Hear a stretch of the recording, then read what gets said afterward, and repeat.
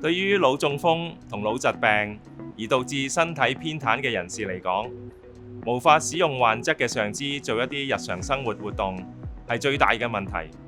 所以我哋香港理工大學康復治療科學系研發出一種治療方法，叫做提醒治療法，就係通過一個攜帶式裝置，例如呢隻手環咁樣，佩戴喺患手身上，從而提醒患者多啲使用隻環手做一啲日常生活嘅活動，去克服習慣性廢用。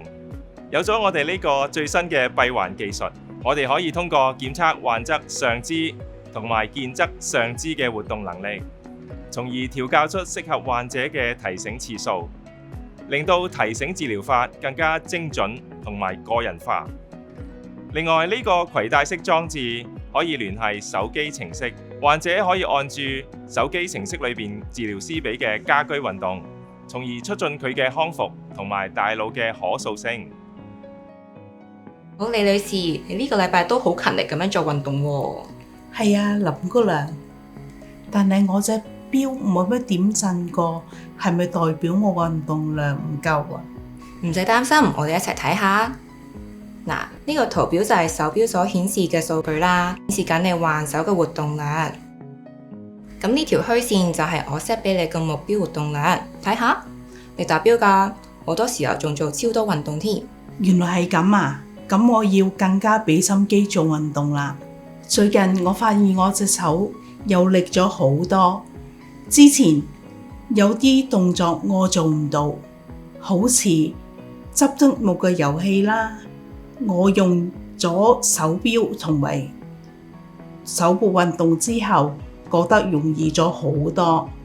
依家每個動作做出嚟輕鬆咗，直頭連掃地啊、抹台啊都輕而易舉。咁就好啦，咁之後就繼續用翻個手錶同埋個 app， 咁活動多啲嘅環手，康復就會更加快。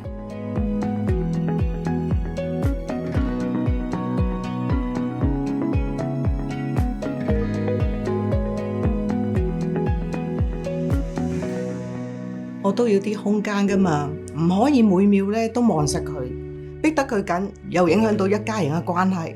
林姑娘，你有咩建議可以幫到我哋呢？唔使擔心，我教你用翻呢一個理大研發嘅感知提示手錶啊。咁呢一隻手錶咧會因應使用者嘅活動量不時去震動，提佢幾時要用翻隻環手。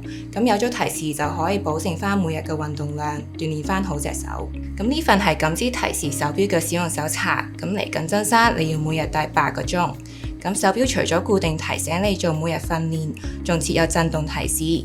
如果使用量未達標，佢就會震動。